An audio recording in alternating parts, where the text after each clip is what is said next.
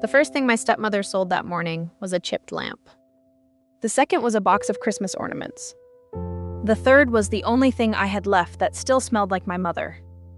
I had just come home from the early shift at Harbor Light Diner, still wearing my black work pants and the t-shirt that always smelled like onions. I was 20, old enough to stop expecting kindness from Linda, but not old enough to stop hoping my father might choose me once in a while. There were folding tables all over the front yard, old mugs, a broken toaster, Tyler's outgrown sneakers, books nobody had opened in years, orange price stickers covered everything like warnings. Then I saw the woman by the driveway, holding a small wooden box against her chest. Dark brown, brass latch, one chipped corner from the time I dropped it when I was 7. My mother's recipe box. For a second, I could not move. My mother, Elaine, died when I was 8. People said grief faded, but mine did something quieter. It hid inside ordinary things. The smell of vanilla, flour on a countertop, a whisk tapping a bowl, and that box. That box was the one thing in our house that still felt like proof she had been real. I walked over and tried to keep my voice steady. "Excuse me, did you buy that?" The woman looked down. "Yes, $3. $3. That was what Linda had decided my mother was worth before breakfast. I turned toward the porch, where my stepmother was counting bills from a coffee can. "Linda, that's Mom's recipe box." She barely looked up. It was in the garage. "It wasn't yours to sell. It was collecting dust." My father stood beside the folding table with his hands in his pockets. He heard every word. I know he did, because his jaw tightened the way it always did when my mother's name entered a room. "Dad," I said. He looked at the box, then at Linda, then at the ground. "Maya," he said quietly, "don't make a scene." That hurt more than Linda selling it. Because Linda had never pretended to love my mother. My father had. The woman shifted uncomfortably. I asked if I could buy it back. I told her I would pay more than $3, whatever I had from tips. She softened, but said she had bought it for someone who collected old recipe cards. Then she handed me a receipt with a name written across the top, Mrs. Alvarez. Linda gave a small laugh behind me. "If it mattered that much," she said, "you should taken it with you." I wanted to scream. I wanted to grab the box and run, but I only folded the receipt and put it in my pocket, because I had learned a long time ago that in that house, the person who got loud was always the one blamed. After everyone left, I went into the garage and opened the cabinet where the box had been. The shelf was empty except for dust, a dead moth, and one torn piece of yellowed card stuck between 2 boards. I pulled it loose. The handwriting was my mother's. For Maya, when she's old enough to understand why we started. I sat on the concrete floor with that torn card in my hand, and for the first time, I wondered if Linda had not just sold a box. Maybe she had sold the map to the only dream my mother ever left me. At Harbor Light Diner, nobody cared who my mother had been. That was one of the reasons I liked working there. The kitchen was narrow, hot, and loud. The vent hood rattled over the grill. The dishwasher hissed like it was angry. Every morning I chopped onions until my eyes burned, portioned soup, and rolled pie dough on a scratched steel table. It was not glamorous, Linda made sure I knew that. But in that kitchen, if I did the work right, the work stayed done. Potatoes became hash browns, flour became crust, stock became chowder. Nobody told me I was dramatic for caring too much. Cal, the owner, was not the kind of man who handed out compliments.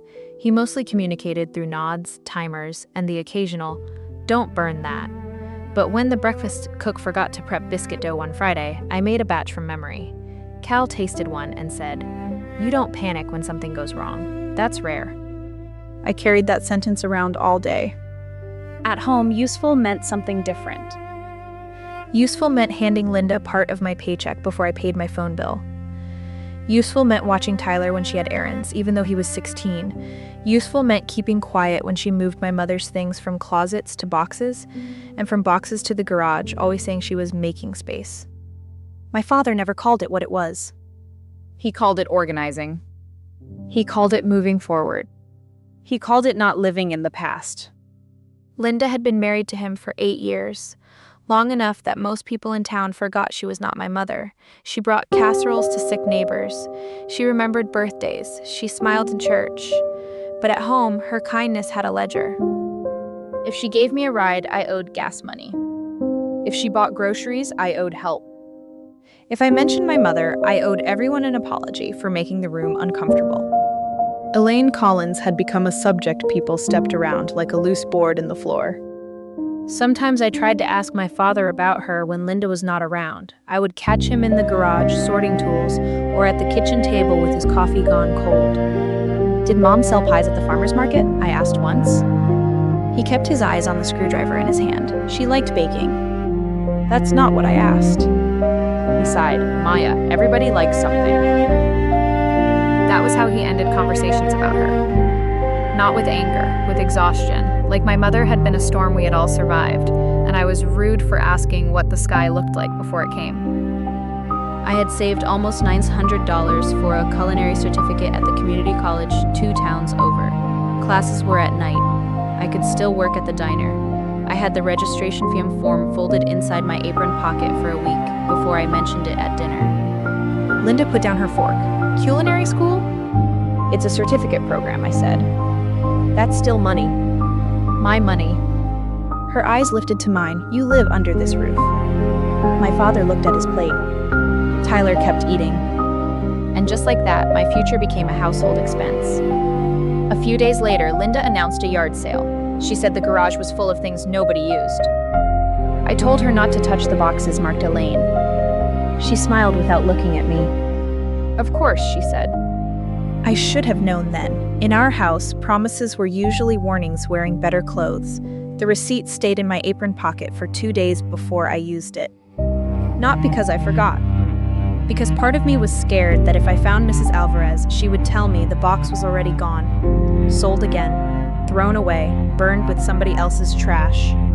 It was easier to be angry at Linda than to imagine the last piece of my mother sitting on a stranger's shelf.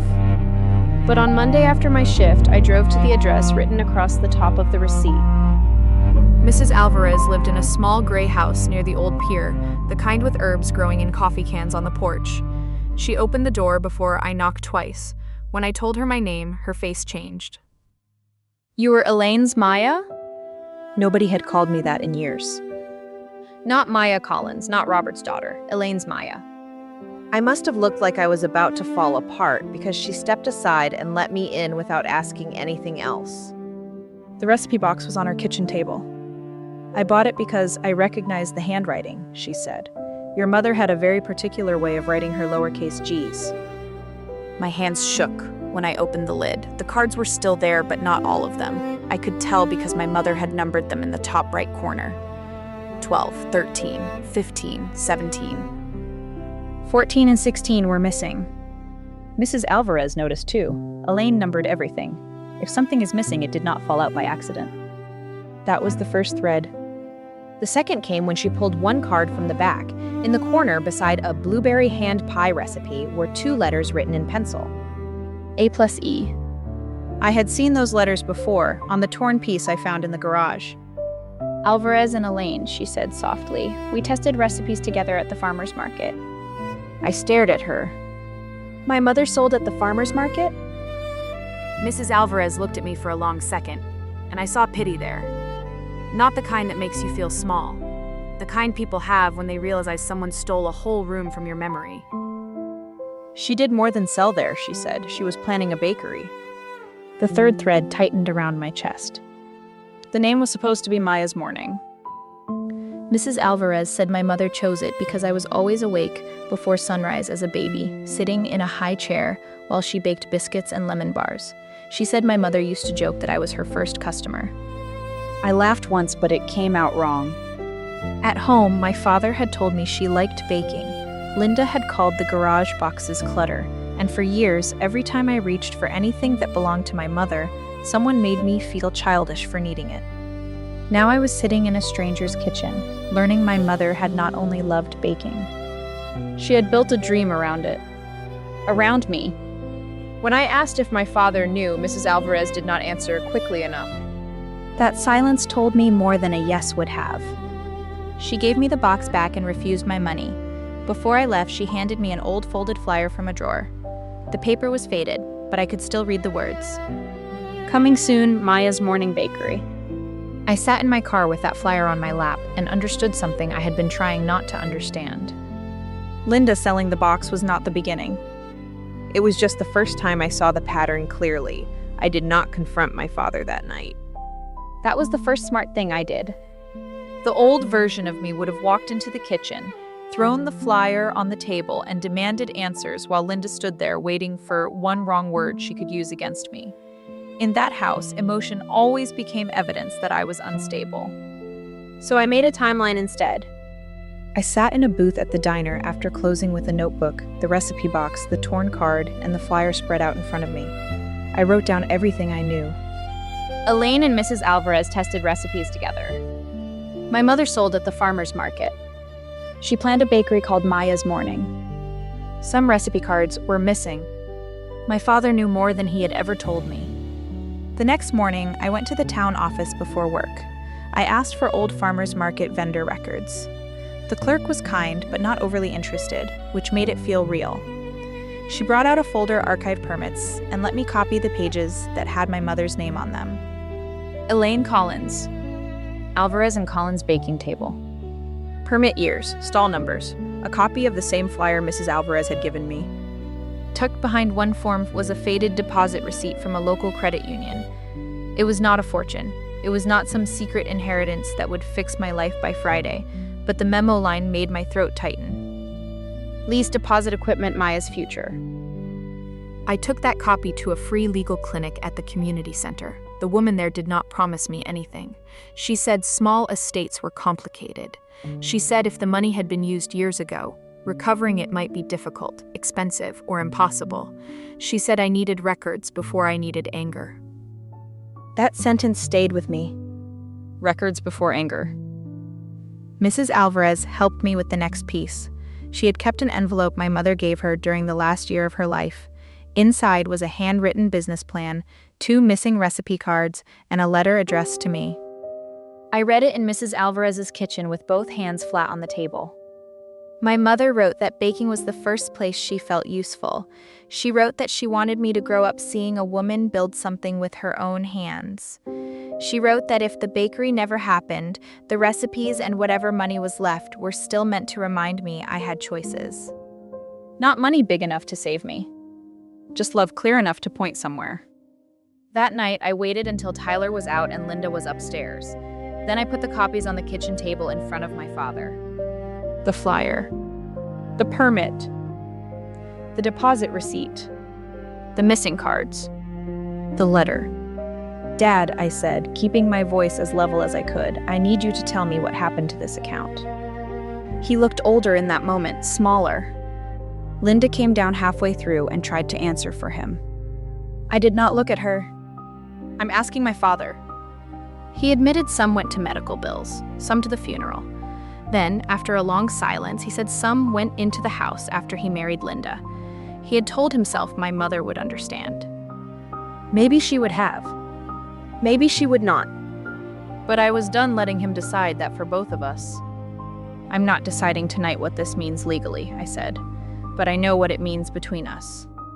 Then I set my boundary. I would not hand over another part of my paycheck for household expenses.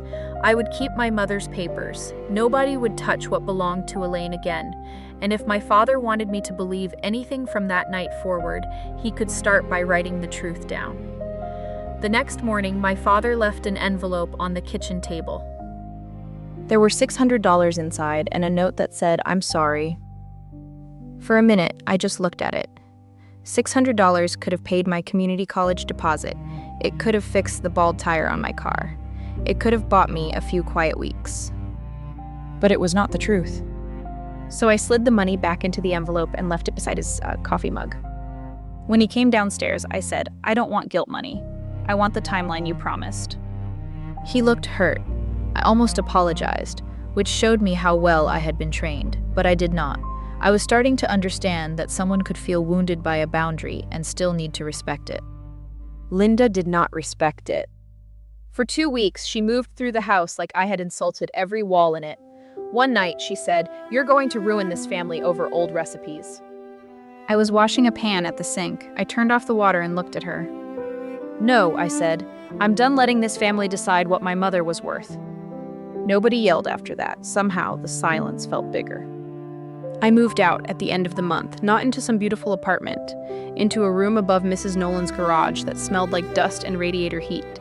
The ceiling slanted. The stove had 2 burners. But the first night I slept there, I put my mother's recipe box on the shelf beside the bed, and nobody told me it was clutter. Cal gave me extra prep hours. Mrs. Alvarez helped me apply for a Saturday table at the farmer's market. I did not call it Maya's Morning Bakery. That would have been a lie. I had a borrowed kitchen, a folding table, 3 trays of blueberry hand pies, and knees that would not stop shaking. The first hour, almost nobody bought anything.